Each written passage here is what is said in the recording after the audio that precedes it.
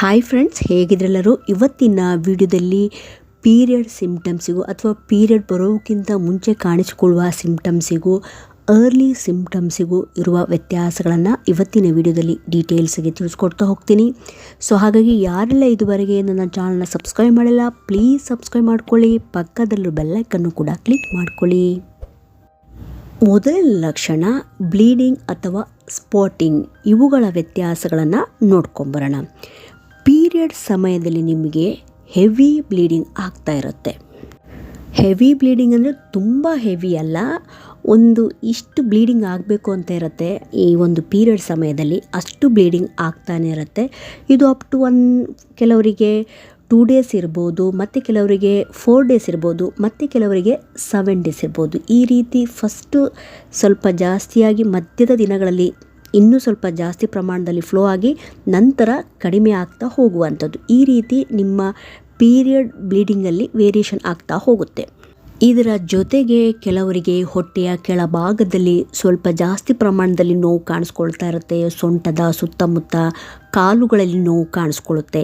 ಇದು ನಿಮಗೆ ಇನ್ನೇನು ಪೀರಿಯಡ್ ಆಗಲಿಕ್ಕೆ ಮುನ್ಸೂಚನೆಯಾಗಿ ಮೊದಲೇ ಕಾಣಿಸ್ಕೊಳ್ತವೆ. ಇವೆಲ್ಲ ಲಕ್ಷಣಗಳು, ಇದನ್ನು PMS ಅಂತ ಹೇಳ್ತೀವಿ, ಪ್ರೀ ಮೆನ್ಸುರಲ್ ಸಿಂಡ್ರೋಮ್ ಅಂತ ಕರಿತೀವಿ.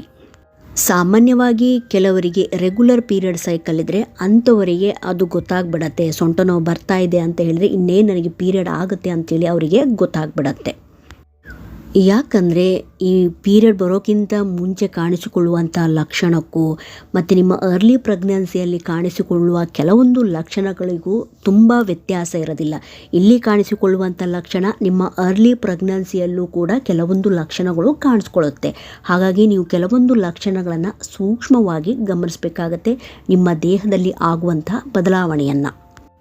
ನೆಕ್ಸ್ಟ್, ಇವಾಗ ನಿಮ್ಮ ಅರ್ಲಿ ಪ್ರೆಗ್ನೆನ್ಸಿಯಲ್ಲಿ ಯಾವ ಲಕ್ಷಣ ಕಾಣಿಸ್ಕೊಳ್ಳುತ್ತೆ ಈ ಬ್ಲೀಡಿಂಗ್ಗೆ ಸಂಬಂಧಪಟ್ಟಂತೆ ಅಂತ ಹೇಳಿದರೆ, ಮೊದಲ ಲಕ್ಷಣ ಇದರಲ್ಲಿ ಇಂಪ್ಲಾಂಟೇಷನ್ ಬ್ಲೀಡಿಂಗ್ ಅಂತ ಹೇಳ್ಬೋದು, ಅಥವಾ ಇಂಪ್ಲಾಂಟೇಷನ್ ಸ್ಪಾಟಿಂಗ್ ಅಂತಲೂ ಕೂಡ ಕರಿತೀವಿ.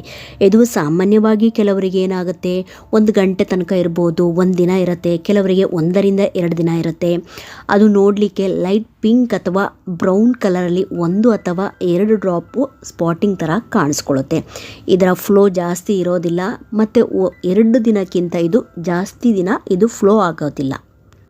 ಇದರ ಜೊತೆಗೆ ಇಂಪ್ಲಾಂಟೇಷನ್ ಕ್ರ್ಯಾಂಪಿಂಗ್ ಅಂತ ಹೇಳ್ತೀವಿ. ಅಂದರೆ ನಿಮ್ಮ ಕೆಳ ಹೊಟ್ಟೆಯಲ್ಲಿ ಒಂದು ರೀತಿ ಸೆಳೆತದ ಅನುಭವ ಕಾಣಿಸ್ಕೊಳ್ಬೋದು, ಸೂಜಿ ಚುಚ್ಚಿದ ಅನುಭವ ನಿಮಗೆ ಲೈಟಾಗಿ ಕಾಣಿಸ್ಕೊಳುತ್ತೆ. ಈ ಬದಲಾವಣೆ ಸಾಮಾನ್ಯವಾಗಿ ನಿಮ್ಮ ಪೀರಿಯಡ್ ಮಿಸ್ ಆಗೋಕ್ಕಿಂತ ಮುಂಚೆ ಕಾಣಿಸ್ಕೊಳ್ಳುತ್ತೆ. ಇದನ್ನು ನೀವು ಸೂಕ್ಷ್ಮವಾಗಿ ಗಮನಿಸ್ಕೋಬೇಕಾಗುತ್ತೆ. ಒಂದು ರೀತಿ ನಿಮಗೆ ಅವಾಗವಾಗ ಸೆಳೆತ ಆದಂಗೆ ನಿಮ್ಮ ಕೆಳ ಹೊಟ್ಟೆಯಲ್ಲಿ ಅನುಭವ ಆಗ್ತಾ ಇರುತ್ತೆ. ಇಲ್ಲಿ ಪೇನ್ ನಿಮಗೆ ಲೈಟಾಗಿ ಕಾಣಿಸ್ಕೊಳ್ಳುತ್ತೆ. ಬೆನ್ನು ನೋವು ಆಗಿರ್ಬೋದು, ಅಥವಾ ಸೊಂಟದ ಸುತ್ತಮುತ್ತ ಇರ್ಬೋದು, ಅಥವಾ ಕೆಳ ಹೊಟ್ಟೆಯಲ್ಲಿ ನೋವು, ಅಥವಾ ಕಾಲುಗಳಲ್ಲಿ ನೋವು ಇಲ್ಲಿ ತುಂಬ ಲೈಟಾಗಿ ಕಾಣಿಸ್ಕೊಳ್ಳುತ್ತೆ. ಆದರೆ ನಿಮಗೆ ಪೀರಿಯಡಲ್ಲಿ ಆ ರೀತಿಯೆಲ್ಲ ಸ್ವಲ್ಪ ಜಾಸ್ತಿ ಪ್ರಮಾಣದಲ್ಲಿ ಕಾಣಿಸ್ಕೊಳ್ಳುವಂಥದ್ದು. ನೆಕ್ಸ್ಟ್ ಲಕ್ಷಣ ಯಾವುದಂತ ಹೇಳಿದರೆ ನಾಸಿಯಾ ಅಥವಾ ವಾಮಿಟಿಂಗ್, ವಾಕರಿಕೆ ಇರ್ಬೋದು ಅಥವಾ ವಾಂತಿ ಇರ್ಬೋದು. ಇದು ಸಾಮಾನ್ಯವಾಗಿ ನಿಮಗೇನಾದರೂ ಪೀರಿಯಡ್ ಆಗ್ತಾ ಇದೆ ಅಂತ ಹೇಳಿದರೆ ಇದು ಕಾಣಿಸಿಕೊಳ್ಳೋದಿಲ್ಲ. ಒಂದು ವೇಳೆ ನಿಮ್ಮ ಪೀರಿಯಡಲ್ಲಿ ಅಥವಾ ಆ ರೀತಿ ಏನಾದರೂ ನಿಮಗೆ ಸಮಸ್ಯೆ ಇದೆ ಪೀರಿಯಡ್ ಸೈಕಲಲ್ಲಿ, ಅಥವಾ ಇರ್ರೆಗ್ಯುಲರ್ ಪೀರಿಯಡ್ ಸೈಕಲ್ ಇದೆ, ಅಥವಾ ನಿಮಗೆ ಸ್ವತಃ ನಿಮ್ಮ ದೇಹದಲ್ಲಿ ಏನಾದರೂ ಸಮಸ್ಯೆ ಇದೆ ಅಂತ ಹೇಳಿದರೆ ಈ ಒಂದು ಸೂಚನೆ ಕೊಡ್ಬೋದು. ನಿಮ್ಮ ಪೀರಿಯಡ್ ಸೈಕಲ್ ಬರುವಂಥ ಸಂದರ್ಭದಲ್ಲಿ ನಿಮಗೆ ನಾಸೆ ಇರ್ಬೋದು, ವಾಮಿಟಿಂಗ್ ಇರ್ಬೋದು. ಇದು ನಾರ್ಮಲ್ ಸಿಂಪ್ಟಮ್ಸ್ ಆಗಿರೋದಿಲ್ಲ. ಈ ರೀತಿ ಒಂದು ವೇಳೆ ನಿಮ್ಮ ಪೀರಿಯಡ್ ಆಗುವಂಥ ಸಮಯದಲ್ಲಿ ನಿಮಗೆ ವಾಂತಿ ಆಗ್ತಾ ಇದೆ, ಅಥವಾ ವಾಕರಿಕೆ ಬರ್ತಾ ಇದೆ, ತುಂಬ ಬ್ಲೀಡಿಂಗ್ ಹೋಗ್ತಾ ಇದೆ, ಅಥವಾ ತುಂಬ ಕೈಕಾಲುಗಳಲ್ಲಿ ನೋವು, ಸೊಂಟ ನೋವು, ಹೊಟ್ಟೆ ನೋವು, ಈ ರೀತಿ ಒಂದು ವೇಳೆ ಲಕ್ಷಣಗಳು ಕಂಡು ಬಂದಲ್ಲಿ ಇದು ನಾರ್ಮಲ್ ಆಗಿ ಕಾಣಿಸಿಕೊಳ್ಳುವಂಥ ಲಕ್ಷಣ ಅಲ್ಲ. ಈ ರೀತಿ ಒಂದು ವೇಳೆ ಲಕ್ಷಣಗಳು ಕಂಡು ಬಂದಲ್ಲಿ ನೀವು ಅಗತ್ಯವಾಗಿ ಡಾಕ್ಟರ್ನ ಕನ್ಸಲ್ಟ್ ಮಾಡಿ ವಿಚಾರಿಸ್ಕೋಬೇಕಾಗತ್ತೆ. ಹಾಗಾಗಿ ಇದು ಬಿಟ್ಟರೆ ನಿಮಗೆ ರೆಗ್ಯುಲರ್ ಪೀರಿಯಡ್ ಸೈಕಲ್ ಇದ್ದರೆ, ನಿಮಗೆ ನಾರ್ಮಲಾಗಿ ಪ್ರತಿ ತಿಂಗಳು ಆಗ್ತಾ ಹೋಗ್ತಾ ಇದೆ ಅಂತ ಹೇಳಿದರೆ ನಿಮಗೆ ನಾಸಿಯಾ ಆಗಲಿ ವಾಮಿಟಿಂಗ್ ಆಗಲಿ ಕಾಣಿಸ್ಕೊಳ್ಳೋದಿಲ್ಲ. ಆದರೆ ನೀವು ಅರ್ಲಿ ಪ್ರೆಗ್ನೆನ್ಸಿ ಸಿಂಪ್ಟಮ್ಸ್ಗಳಲ್ಲಿ ನೋಡೋದಾದರೆ ಇದು ಕಾಮನ್ ಆಗಿ ಕೆಲವರಿಗೆ ಕಾಣಿಸ್ಕೊಳ್ಳುತ್ತೆ. ನಿಮಗೆ ಇವಾಗ ಪ್ರೆಗ್ನೆನ್ಸಿ ಕನ್ಫರ್ಮ್ ಆಗ್ತಾ ಇದೆ ಅಂತ ಹೇಳಿದರೆ ಆ ಒಂದು ಸಂದರ್ಭದಲ್ಲಿ ನಿಮಗೆ ನಾಸಿಯಾ ಆಗಲಿ ವಾಮಿಟಿಂಗ್ ಆಗಲಿ ಕೆಲವರಿಗೆ ಕಾಣಿಸ್ಕೊಳ್ಳುತ್ತೆ. ನೆಕ್ಸ್ಟ್ ಲಕ್ಷಣ ಫೆಟಿಗ್ ಮತ್ತು ಹೆಡ್ಡೇಕ್ ಇರ್ಬೋದು. ಇವು ಸಾಮಾನ್ಯವಾಗಿ ಅಂದರೆ ಸುಸ್ತು ಅಥವಾ ವಿಪರೀತ ತಲೆನೋವು ಇದು ಸಾಮಾನ್ಯವಾಗಿ ನಿಮಗೆ ಪೀರಿಯಡ್ ಬರೋಕ್ಕಿಂತ ಮುಂಚೆನೂ ಕಾಣಿಸ್ಕೊಳ್ಬೋದು.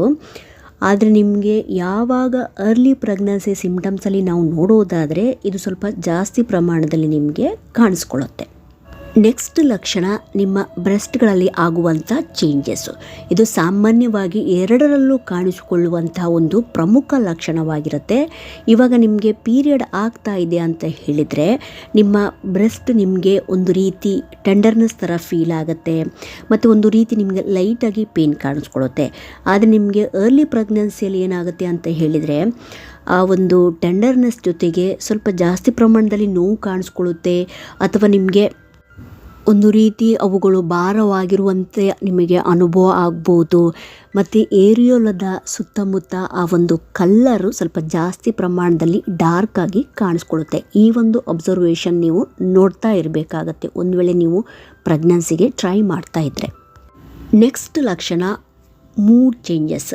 ನಿಮ್ಮ ಮೂಡಲ್ಲಿ ಚೇಂಜಸ್ ಎರಡರಲ್ಲೂ ಆಗುವಂಥದ್ದು. ಇವಾಗ ನಿಮಗೆ ಪೀರಿಯಡ್ ಬರೋಕ್ಕಿಂತ ಮುಂಚೆ ಇರ್ಬೋದು, ಪೀರಿಯಡ್ ಸಮಯದಲ್ಲಿ ಇರ್ಬೋದು ಅಥವಾ ಅರ್ಲಿ ಪ್ರೆಗ್ನೆನ್ಸಿಯಲ್ಲೂ ಈ ಒಂದು ಲಕ್ಷಣ ಕಾಣಿಸ್ಕೊಳ್ಳುತ್ತೆ.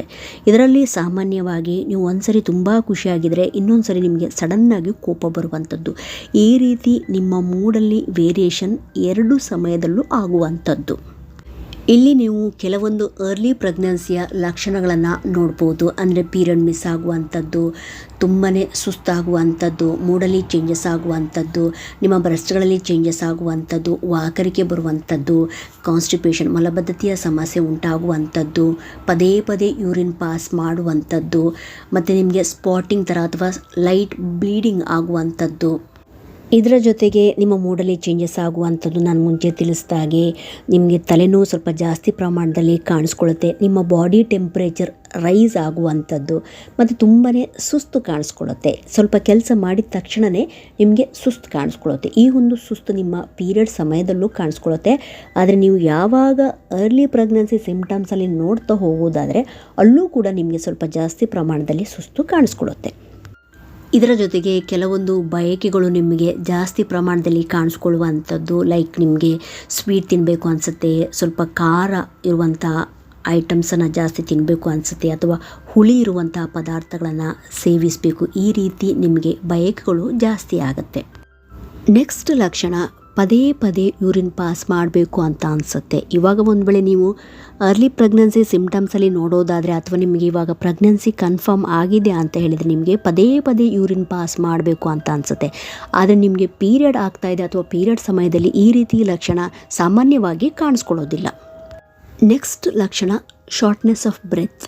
ಇದು ಸಾಮಾನ್ಯವಾಗಿ ನಿಮ್ಮ ಪೀರಿಯಡ್ ಸೈಕಲಲ್ಲಿ ಕಾಣಿಸ್ಕೊಳ್ಳೋದಿಲ್ಲ, ಆದರೆ ನಿಮ್ಮ ಅರ್ಲಿ ಪ್ರೆಗ್ನೆನ್ಸಿಯಲ್ಲಿ ಇದು ಕಾಣಿಸ್ಕೊಳ್ಳುತ್ತೆ.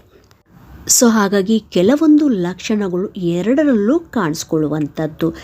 ನಿಮ್ಮ ಅರ್ಲಿ ಪ್ರೆಗ್ನೆನ್ಸಿಯಲ್ಲಿ ಕೆಲವೊಂದು ಲಕ್ಷಣಗಳು ಸ್ವಲ್ಪ ಜಾಸ್ತಿ ಪ್ರಮಾಣದಲ್ಲಿ ನಿಮಗೆ ಫೀಲ್ ಆಗುತ್ತೆ. ಸೊ ಹಾಗಾಗಿ ನೀವೇನು ಮಾಡಬೇಕು, ನಿಮ್ಮ ಪೀರಿಯಡ್ ಮಿಸ್ ಆದ ಒಂದು ವಾರ ಬಿಟ್ಟು ಹೋಮ್ ಪ್ರೆಗ್ನೆನ್ಸಿ ಟೆಸ್ಟನ್ನು ಮಾಡಿ ಕನ್ಫರ್ಮ್ ಮಾಡ್ಕೋಬೇಕಾಗತ್ತೆ. ಅಥವಾ ನಿಮಗೆ ಗೊತ್ತಾಗ್ತಾ ಇಲ್ಲ ಅಥವಾ ಈ ಒಂದು ರಿಸಲ್ಟನ್ನು ಯಾವ ರೀತಿ ರೀಡ್ ಮಾಡಬೇಕು ಅಂಥೇಳಿ ನಿಮಗೆ ಡೌಟ್ ಇದೆ ಅಂತ ಹೇಳಿದರೆ ಡಾಕ್ಟ್ರನ್ನ ಕನ್ಸಲ್ಟ್ ಮಾಡಿ ವಿಚಾರಿಸಿ ಕನ್ಫರ್ಮ್ ಮಾಡ್ಕೋಬೇಕಾಗತ್ತೆ. ಯಾಕಂತ ಹೇಳಿದರೆ ಓನ್ಲಿ ಸಿಮ್ಟಮ್ಸ್ಗಳ ಆಧಾರದ ಮೇಲೆ ನೀವು ಪ್ರೆಗ್ನೆಂಟ್ ಇದ್ದೀರಾ ಇಲ್ವಾ ಅಂತ ಹೇಳಿ ಡಿಸೈಡ್ ಮಾಡಲಿಕ್ಕೆ ಕಷ್ಟ ಆಗುತ್ತೆ. ಯಾಕಂತ ಹೇಳಿದರೆ ಕೆಲವೊಂದು ಸಿಮ್ಟಮ್ಸ್ಗಳು ನಿಮಗೆ ಪೀರಿಯಡ್ ಮಿಸ್ ಆಗಿಂದ ಮುಂಚೆನೇ ಕಾಣಿಸ್ಕೊಳ್ಳೋದ್ರಿಂದ ನಿಮಗೆ ಅಲ್ಲಿ ಕನ್ಫ್ಯೂಷನ್ ಆಗ್ಬೋದು. ಸೊ ಹಾಗಾಗಿ ನೀವೇನು ಮಾಡಬೇಕು, ಒಂದೇ ನೀವು ನಿಮ್ಮ ಪೀರಿಯಡ್ ಮಿಸ್ ಆದಮೇಲೆ ಒಂದು ವಾರ ಬಿಟ್ಟು ನೀವು ಟೆಸ್ಟ್ ಮಾಡಬೇಕಾಗತ್ತೆ. ಅಲ್ಲಿ ನೆಗೆಟಿವ್ ಬಂದರೆ ಒಂದು 3 to 4 ಡೇಸ್ ಬಿಟ್ಟು ಅಗೈನ್ ನೀವು ರಿಪೀಟ್ ಮಾಡಿ ನೋಡಿ. ಆವಾಗ ನೀವು ಒಂದು ವೇಳೆ ನಿಮ್ಮ ಪೀರಿಯಡ್ ಸೈಕಲ್ ರೆಗ್ಯುಲರ್ ಇದ್ದರೆ ಗೊತ್ತಾಗ್ಬಿಡತ್ತೆ. ಒಂದು ವೇಳೆ ನಿಮ್ಮ ಪೀರಿಯಡ್ ಸೈಕಲ್ ಇರ್ರೆಗ್ಯುಲರ್ ಇದ್ದರೆ ಆ ಒಂದು ಪ್ರೆಗ್ನೆನ್ಸಿ ಟೆಸ್ಟನ್ನು ನಿಮ್ಮ ಪೀರಿಯಡ್ ಮಿಸ್ ಆದ 10 to 15 ಡೇಸ್ ಬಿಟ್ಟು ನೀವು ಟೆಸ್ಟ್ ಮಾಡಬೇಕಾಗತ್ತೆ. ಅಲ್ಲೂ ಗೊತ್ತಾಗ್ತಲ್ಲ ಅಂತ ಹೇಳಿದರೆ ನೀವು ಡಾಕ್ಟ್ರನ್ನ ಕನ್ಸಲ್ಟ್ ಮಾಡಿ ವಿಚಾರಿಸಬೇಕಾಗತ್ತೆ. ನಿಮ್ಮಷ್ಟಕ್ಕೆ ನೀವು ಯಾವುದೇ ರೀತಿಯ ನಿರ್ಧಾರಕ್ಕೆ ಬರಲಿಕ್ಕೆ ಹೋಗಬೇಡಿ. ಕೊನೆಯದಾಗಿ ಇನ್ನೆರಡು ಲಕ್ಷಣಗಳನ್ನು ಪ್ರಮುಖವಾಗಿ ನಿಮ್ಮ ಅರ್ಲಿ ಪ್ರೆಗ್ನೆನ್ಸಿಯಲ್ಲಿ ನೋಡ್ಬೋದು. ವೈಟ್ ಡಿಸ್ಚಾರ್ಜ್ ಸ್ವಲ್ಪ ಜಾಸ್ತಿ ಪ್ರಮಾಣದಲ್ಲಿ ಫ್ಲೋ ಆಗುವಂಥದ್ದು. ನೆಕ್ಸ್ಟು ನಿಮ್ಮ ಹೊಟ್ಟೆಯಲ್ಲಿ ಒಂದು ರೀತಿ ಗ್ಯಾಸ್ ತುಂಬಿದ ಅನುಭವ ಅಥವಾ ಹೊಟ್ಟೆ ಉಬ್ಬರಿಸಿದ ರೀತಿಯಲ್ಲಿ ನಿಮಗೆ ಫೀಲ್ ಆಗುತ್ತೆ. ಇವೆಲ್ಲ ನಿಮ್ಮ ಪ್ರೆಗ್ನೆನ್ಸಿಯ ಹಾರ್ಮೋನುಗಳಿಂದ ಆಗುವಂಥ ಬದಲಾವಣೆಗಳು. ಸೊ ಇವತ್ತಿನ ವಿಡಿಯೋದಲ್ಲಿ ಪೀರಿಯಡ್ ಬರೋಕ್ಕಿಂತ ಮುಂಚೆ ಕಾಣಿಸಿಕೊಳ್ಳುವಂಥ ಲಕ್ಷಣಕ್ಕೂ ಅಥವಾ ಪೀರಿಯಡ್ ಸಮಯದಲ್ಲಿ ಕಾಣಿಸಿಕೊಳ್ಳುವಂಥ ಲಕ್ಷಣಕ್ಕೂ ಅರ್ಲಿ ಪ್ರೆಗ್ನೆನ್ಸಿಯಲ್ಲಿ ಕಾಣಿಸಿಕೊಳ್ಳುವಂಥ ಲಕ್ಷಣಕ್ಕೂ ಕೆಲವೊಂದು ವ್ಯತ್ಯಾಸಗಳನ್ನು ನಾನು ತಿಳಿಸ್ಕೊಟ್ಟಿದ್ದೀನಿ. ಸೊ ಈ ಒಂದು ಇನ್ಫಾರ್ಮೇಷನ್ ನಿಮಗೆ ಇನ್ಫಾರ್ಮೇಟಿವ್ ಅನಿಸಿದ್ದಲ್ಲಿ ಪ್ಲೀಸ್ ಸಬ್ಸ್ಕ್ರೈಬ್ ಮಾಡೋದನ್ನ ಮರಿಬೇಡಿ. ಸಿಗ್ತೀನಿ ಮುಂದಿನ ವಿಡಿಯೋದಲ್ಲಿ. Thank you so much friends.